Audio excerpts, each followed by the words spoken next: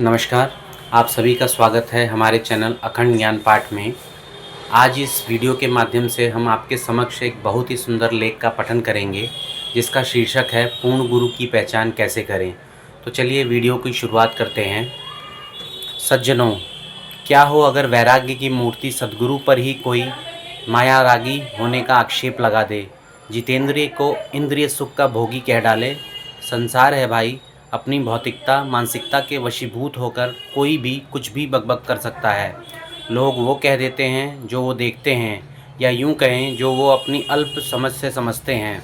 बिना जाने या जांचे महापुरुष पर आरोप मढ़ देते हैं, पर जो सच्चा है वो आरोपों के समस्त बादलों को चीरकर चमक ही उठता है। अपनी सत्यता और दिव्यता का स्वयं प्रमाण बनता है। इसी सच्चाई पर आधारित है यह कहानी। एक गांव था गड़गापुर। वहां के वासियों को सूचना मिली कि श्री गुरु पधारने वाले हैं। उनके हर्षोल्लास की सीमा ही ना रही। खूब धूमधाम से उन्होंने तैयारियां की, तिजोरियों के मुंह खोल दिए, पानी की तरह पैसा बहाया। सुंदर साज सज्जा और 56 प्रकार के प्रसाद भोगों से श्री गुरु का भव्य स्वागत किया। गड़गापुर के पास ही एक अन्य गांव था, कुमसी। वहां त्रिविक्रम भारती नाम का एक विद्वान रहता था। वो वेदों का बहुत बड़ा ज्ञाता था, भगवान नरसिंह का बड़ा भक्त भी था। कहते हैं त्रिविक्रम प्रतिदिन नियम से भगवान नरसिंह का पूजन भजन करता था। उस दौरान उसे प्रभु नरसिंह भगवान प्रकट होकर दर्शन देते थे। एक दिन वह भजन करके घर लौट रहा था। रास्ते में उसने लोगों को श्री गुरु के स्वागत समारोह के बारे में बात करते सुना। किसी ने कहा कि भाई, अद्भुत है गड़गापुर के निवासी, इतना भव्य स्वागत किया परम संत श्री गुरु का। क्या संगीत, क्या वाद्य यंत्र, फूलों से सज्जित हर गली हर मार्ग, पूरे गांव के लिए महाभोज। आहा, आनंद आ गया वहां का स्वागत महोत्सव देखकर। अब त्रिविक्रम भारती से रहा नहीं गया। वह तुनक कर बोला, क्षमा कीजिएगा, परंतु क्या एक साधु के स्वागत के लिए ऐसी भड़कीली और आकर्षक प्रदर्शनी शोभा देती है? आपने कहा श्री गुरु नाम के कोई संत पधारे थे, तो क्या एक संत के लिए भौतिकता का ऐसा बाजार सजाना उचित था? एक सात्विक तपस्वी को भला ऐसे राजसी ठाट बाट की क्या आवश्यकता आन पड़ी? साधु को तो नंगे पांव पैदल चलना चाहिए। शाही पालकी में चढ़कर आपके श्री गुरु न जाने कैसे वैराग्य का पाठ पढ़ा रहे थे। अजी, वो कैसे तपस्वी हैं जो राजाओं की महफिलों जैसे नाच गानों से प्रसन्न होते हैं। तुम जैसे मूर्खों की बदौलत ही ऐसे ढोंगी साधुओं का कारोबार चलता है। मैं कहता हूँ अब भी संभल जाओ। इस तरह बड़बड़ाते हुए त्रिविक्रम वहाँ से चला गया। रास्ते में उसे जहाँ भी मौका मिला वह रुका और जी भरकर श्री गुरु की आलोचना की। अगर सामने से कोई उसे भक्तों के भावों की दुहाई दे देता, तब तो बस वो बरस ही पड़ता। अपने ज्ञान भंडार से बाण चुन चुनकर सामने वाले को बुरी तरह छलनी और जख्मी कर डालता। उधर अंतर्यात्मी सर्वज्ञ श्री गुरु सब देख सब सुन रहे थे। उनके चेहरे पर एक गंभीर मुस्कान थी। उन्होंने अपने अंतर्ज्ञान से त्रिविक्रम भारती का हर अतार्किक तर्क जान लिया था। इसलिए श्री गुरु उठे और चल पड़े राजमहल की ओर। उन्होंने राजा से भेंट की और कहा, मुझे कुमसी गांव का दौरा करने की इच्छा है। कृपया आप इस यात्रा का उचित प्रबंध कर दें। राजा ने तुरंत अनेकों हाथी घोड़ों और सैनिकों से लैस एक शाही दल सज्ज करवाया। श्री गुरु के संग राजा स्वयं भी कुमसी गांव की ओर चल पड़ा। उधर शाही सवारी अग्रसर हुई, इधर त्रिविक्रम अपने मन की गति को रोक कर तप कर रहा था। कुछ पल बीते, पर यह क्या, आज त्रिविक्रम का ध्यान टिक ही नहीं रहा था। मन अत्यंत विचलित था। उसने सारे प्रयास झोंक दिए, पर फिर भी न तो भाव बना न ही स्थिरता आई। अपने इष्ट भगवान नरसिंह की उसे झलक भर भी अनुभूति नहीं हुई। उनके चरणों की हल्की सी पदचाप भी सुनाई नहीं दी। ऐसे में त्रिविक्रम विह्वल हो उठा। आज पहली बार उसे तपस्या का फल नहीं मिला था। भगवान नरसिंह प्रकट नहीं हुए थे। ना उनकी अनुभूति मिली, ना आशीर्वाद।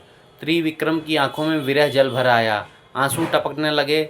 दुखित हृदय से प्रार्थना प्रखर हुई, मेरे भगवान नरसिंह, क्या आप मुझसे रूठ गए हैं? अपने दर्शन देकर मुझे अनुग्रहित करें। प्रभु, आपके दर्शन मेरी आत्मा की खुराक हैं। क्या मुझे आप आज भूखा ही छोड़ देंगे? त्रिविक्रम की हूक ने असर दिखाया।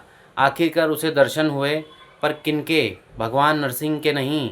उनके स्थान पर एक साधु की बड़ी उज्जवल छवि उभर आई। कौन हैं आप?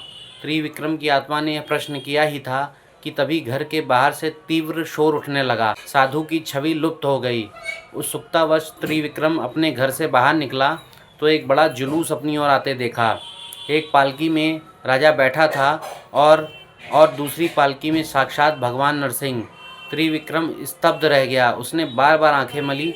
सच में ये तो भगवान नरसिंह ही थे। अच्छा, तो प्रभु आज घर में नहीं बाहर दर्शन देने आए हैं। त्रिविक्रम के हर्ष की तो सीमा ही नहीं रही। वह दौड़ पड़ा और पालकी के सामने जाकर साष्टांग लेट गया। अपने इष्ट देव नरसिंह को उसने दंडवत प्रणाम किया, पर जब सिर उठाया, यह क्या, उसे आश्चर्य का तेज झटका लगा। अब भगवान नरसिंह के आसन पर एक तेजस्वी साधु विराजमान थे।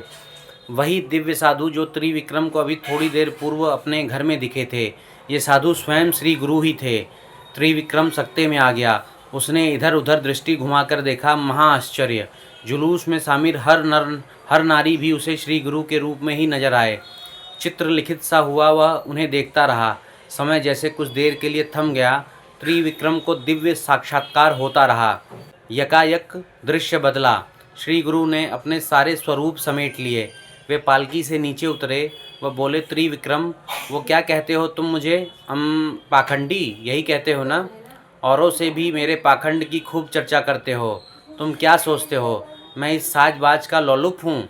यह जो कुछ तुम मेरे आसपास देखते हो, व्यवस्थाओं के रूप में, सेवाओं के रूप में, सुख सुविधाओं के रूप में, मेरा व्यक्तिगत तौर पर इन सब से कोई वास्ता नहीं। यह गाना बजाना, स्वागत समारोह, पालकी सवारी, दावत भोज, मेरे लिए यह सब माया की छाया जैसा है।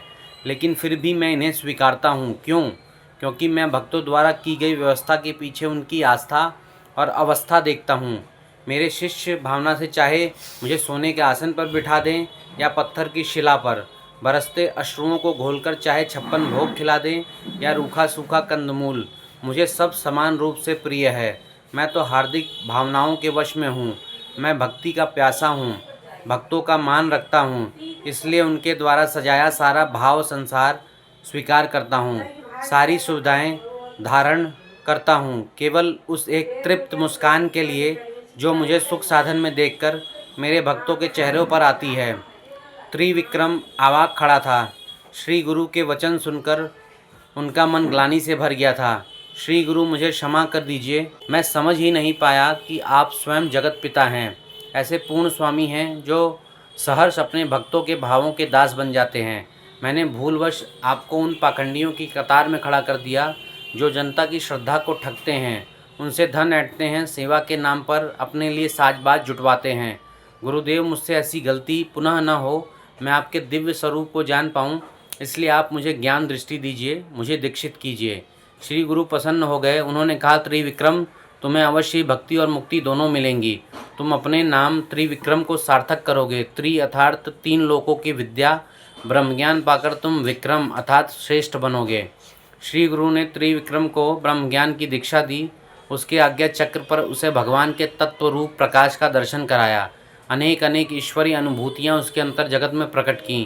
तब त्रिविक्रम को बोध हुआ कि श्री गुरु तो अंतर जगत के सम्राट हैं, पूर्ण संपूर्ण सद्गुरु हैं, पाखंडियों के पाखंड का खंडन करने गुरु रूप में प्रकटे हैं। ऐसे पुरुषोत्तम गुरु के चरणों की तो माया चेरी है। त्रिविक्रम समझ गया कि गुरु या साधु की पूर्णता उनके बाहरी वेश परिवेश से नहीं आकी जाती। गुरु सच्चे हैं या झूठे, इसका खुलासा अंतर जगत करता है। जो आज्ञा चक्र पर प्रकाश और ईश्वरीय अनुभूतियाँ प्रकट कर दे, वही पूर्ण गुरु है। वही मानव रूप में धरा पर साक्षात भगवान के अवतार हैं। चलिए इस वीडियो का यहीं समापन करते हैं। यदि आपको हमारी वीडियो पसंद आई हो तो वीडियो को लाइक करें, शेयर करें और चैनल को सब्सक्राइब करें। धन्यवाद।